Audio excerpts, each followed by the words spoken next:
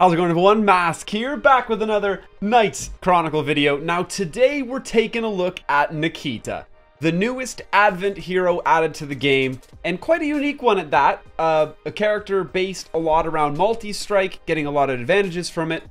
But let's take a quick glimpse at her skill set here.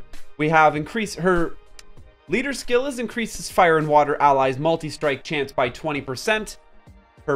Her passive inflicts 50% additional damage upon multi-strike. So multi-strike's coming in huge here. She has an 80% chance to apply adrenaline for 5 turns at the start of the wave. This is great, but I hate the fact that it's 80%. It's like, come on, really? 80% chance to apply it at the start. It's only once at the start of the wave. Just give it to her. Come on. Adrenaline increases attack speed, but her ally and enemy turns are counted towards the effect duration. So she's only really going to benefit from it very short term.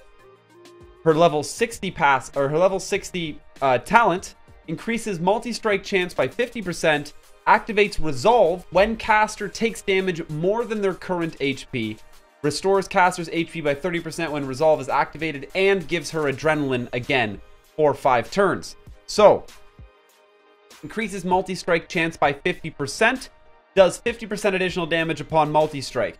So right away, looking at this, we know we need to have her multi-strike chance absolutely capped. That is ideal. Absolutely. We want her multi-striking as often as possible. Now let's head over to PvP to check out her skills. But before we do, let me show you how you can save 15 to 20% off next time you try to buy crystals in-game by checking out GameFlip. Before your next purchase in the Play Store or the App Store, make sure to check out GameFlip. They got Google Play gift cards, 15% off face value. iTunes gift cards for 5, 11, even 18% off face value. This is basically free money. And if you're short on funds, you can also sell things on GameFlip. And of course, you're always backed by the GameFlip guarantee. So check out the link in the top of the description down below. It'll take you to GameFlip and start saving yourself some money. All right, let's take a quick look at her kit. Rapid aim shot. This is the skill that I've chosen to enhance first as well. Inflicts penetration damage equal to 130% of attack to one target and increases the caster's attack by 13% for 1 turn, stacking up to 3 times. Now she does 50% additional damage on multi-strikes, which uses her skill 1. That's why I'm investing into skill 1. Skill 2 inflicts damage equal to 120% of attack to a target and 2 adjacent enemies. So it's a cleave, and increase the caster's attack by 10% for 1 turn, once again stacking up 3 times.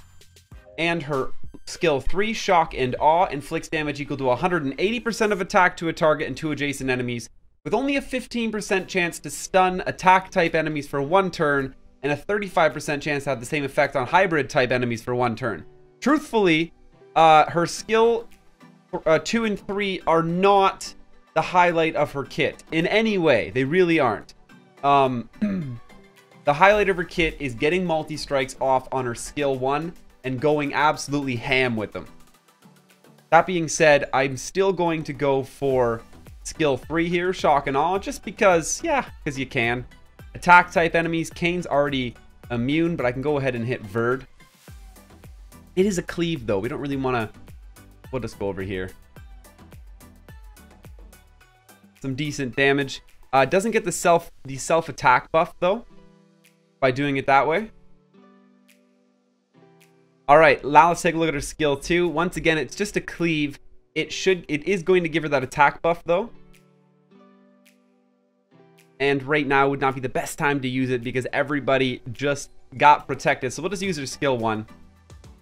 Counter attack, but she gets the multi. She almost has max multi right now. She's only like 3% away from having it maxed out. All right, this is the time to check out her skill 2. It is a 120 damage cleave. Does some respectable damage. I think her resolve was canceled. Her resolve was canceled by. And this is an interesting thing that just happened. Her resolve got canceled by Verd, so she died, but Verd did not get revive unavailable on her, so Rue revived her and her resolve came back after Verd stripped it. The resolve itself never happened, Therefore, it never popped the once per turn thing on her passive, obviously. So we got her back. We've seen the skill 1. Let's use the skill 3 one last time. Let's hit Kane with it over here. It should hit everyone. That's fine. All right, so we took a good look at her skills. Now we can take a look at her runes. We've basically figured out she's a multi-strike monster. You kind of the same concept as Tayo. You really want her multi-striking, hitting really hard with her skill 1. That being said, you cannot forget she gets 50% multi-strike chance from her passive. And multi-strike caps out at 75%. So you want exactly 25% bonus multi-strike chance from her runes. That's the first thing I'm going to show you. One thing I'm absolutely going to point out right away is one of the best rune setups for her is 4 Rune of Rage and 2 Rune of Multi-Strike. That gives multi-strikes 30% additional damage. That is what I would have on her instead of Rune of Assault. I just don't have those multi-strike runes yet. You get them from the guild, your guild shop. So work on those for her and it turns her into an absolute monster. An extra bonus 30% damage whenever you multi-strike. It fits in her kit so well. So that being said, she has 50% multi-strike damage as a base. Actually, you get 5% automatically as a hero, 50% from the passive, so that's 55%. She needs a bonus 20% in total. You get that from 3 multi-strike subs. 6, 12, 18. If you get these 2 runes, the plus 15, this will give her approximately 20.5% multi-strike. So 3 multi-strike substats, only 3 multi-strike substats. Get them maxed out. I'm pushing them straight to 15, and that's gonna have her multi-strike absolutely maxed out perfectly. Then you focus in skill in slot 1, obviously, where we have attack speed, crit strike chance, crit damage, HP increase, and accuracy. Attack speed number 1. Crit strike chance number 2. She's got no natural crit strike chance, so crit damage becomes a very useless stat. So attack speed, crit strike chance, HP increase, accuracy, crit damage, whatever. Slots 1 and 2 are the same for that. Slot 3 is the most ideal spot for you to get her multi-strike. You actually want a triple multi-strike rune in slot 3. Get that rune to plus 15 and you're good to go. I don't have one of those in my Rune of Rage set at the moment, so I'm stuck spreading multi over slot 3 and slot 4. Slot 6, the only other place to get multi. I just so happen to have a really good rune for there. But slot 3, you have multi-strike number 1, number 2, HP increase, number 3, counterattack, I guess. Sure, those would be your priorities. But you really want a triple multi-strike rune in slot 3. Slot 4, you want triple attack. But you'll take attack, you'll take multi-strike only if you absolutely need it. If you don't have a triple multi-strike rune for slot 3, you really want your multi-strike in slot 4 and slot 3 to add up to, I guess slot 4 and slot 6 are kind of the same. It's easy to find a triple attack rune in slot 4 if you don't have a really nice attack speed rune in slot 6, because attack speed and attack are going to take priority. Really, you want your multi-strike on slots 3 or 4. You got to get 3 substats, get them in. Then you have attack, you want to focus in slot 4. Counterattacks is all right. Pick it up to slot 5. Once again, or we have attack, number 1. Counterattack, the last thing left, that's an offensive stat in there. So you'd pick it up if you didn't have a triple attack. If you have a double attack counter, for example. Coming into slot 6, once again, it's attack speed, attack speed, attack speed. Then we have attack. So that's exactly this. This rune is literally perfect for slot 6. The only thing I would take over this would be a triple attack speed rune, but that's like ungodly rare.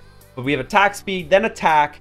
Crit strike chance would be the next thing of value. Multi-strike only in the rare occasion that you still need one of those 3 substats. You only get 3 multi-strike substats. And crit damage is just never truly going to be worth enough because we're never going to be critting often enough to make use of those stats. Let's hop over to her hero talent list. These are the talents I'm running on her. in her 50 talent, we had to choose between recovering HP on skill 3, elemental damage and attack. That's a no-brainer. She's not only going to be hitting wind heroes, so give her 20% bonus attack. This one's super easy as well. Bleeding on skill 2. PvE damage, get out of here. 30% increased damage dealt in the arena. Now, the 54 slot is sort of always a torn, an iffy slot for me. But what ends up making this decision is, am I using a hero that is going to be counter-attacking or multi-attacking a lot? Multi-striking a lot. If I am, that means skill 1 is going to be used a ton, which is absolutely going to take advantage of Burning Weapon. 50% chance to burn one enemy for 2 turns when using skill 1. Every single time she attacks, she has a 75% chance to multi-strike. So 75% of her attacks have a statistical 100% chance to inflict a burn now, and that is fantastic. So she's definitely an easy choice when it comes to the 54 talent. She's one of the best characters for Burning Weapon. Coming into 56, this one was really hard for me to choose, like seriously hard. All right, Grudge, 20% chance to, this is always my most conflicted choice when it comes to the talent. 20% chance to increase attack by 30% when attacked. She gets focused by Verdandi a lot. It's really hard to reliably get hit statistically 5 times to get this buff. I'd rather keep her up, keep her on the field. A lot of counterattacks are going to come her way because she's got 2 cleaves. She's multi-striking, so there's tons and tons. Sometimes you're hitting 4 people a turn. So much opportunity for your opponent to counterattack and hit you. So I kind of feel like she needed that 15% more survivability in the arena. 58 slot, it's easy. We don't need crit damage because we don't have enough crit strike chance to take advantage of it. So you get her 15% crit strike, and I mean her 60 talent is beautiful. No need to take any more, no need to look any closer at that. But that is Nikita. Definitely a character worth grinding that Advent dungeon for. Really, the highlight of any Advent hero is the fact that you have access to getting these skills maxed.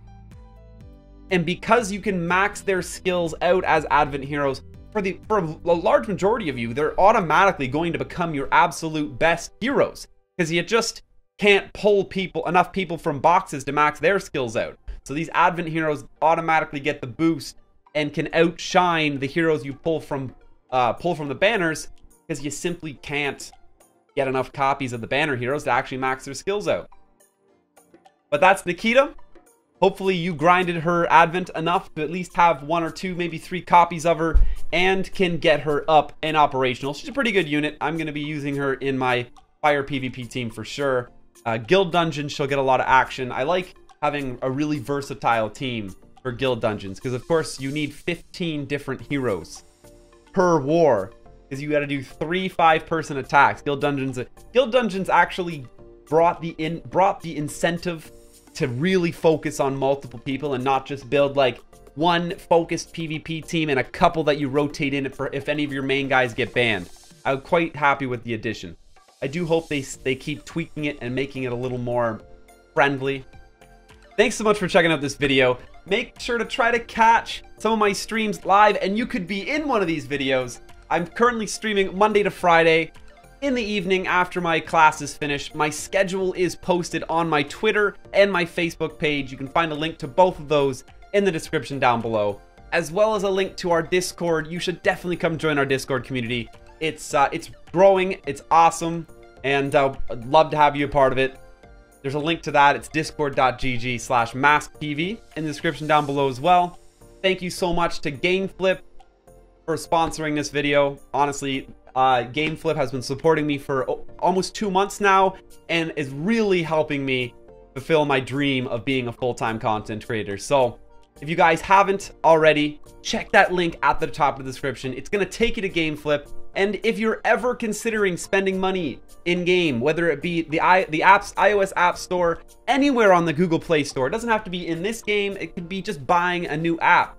Check out GameFlip, try to get yourself some Google Play or iTunes gift cards for less than face value and simply save yourself some money.